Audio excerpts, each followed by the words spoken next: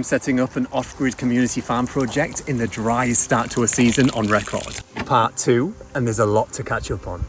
At the beginning of the season, I set out to turn this weedy, stone-covered field into a community farm, but there was no mains water connection, so one of the first things I did was set up structures for rainwater catchment, such as the compost bays and a standalone roof that would feed into IBC tanks, not knowing we'd go on to have the worst drought in over 100 years here. We set up a polytunnel, no-dig bed blocks outside, and mulched heavily to retain any moisture we did have, but whilst all this was happening, the water butts stayed empty, and we couldn't plant anything out as we just couldn't keep them watered. And with no rain on the forecast, the soil turning to dust, and the plants we did have in the ground really starting to struggle, we finally found someone to fill our tanks, and a solar pump allowed us to water more easily, enabling us to start filling the beds with the plants that were outgrowing their pots. Better late than never. Yet with our IBC tanks now full, the plants are growing fast. We have rain on the forecast next week, thankfully, and we are starting to have our first harvest, which will be donated to those in need. Such a good feeling after one of the hardest starts to a season I can remember.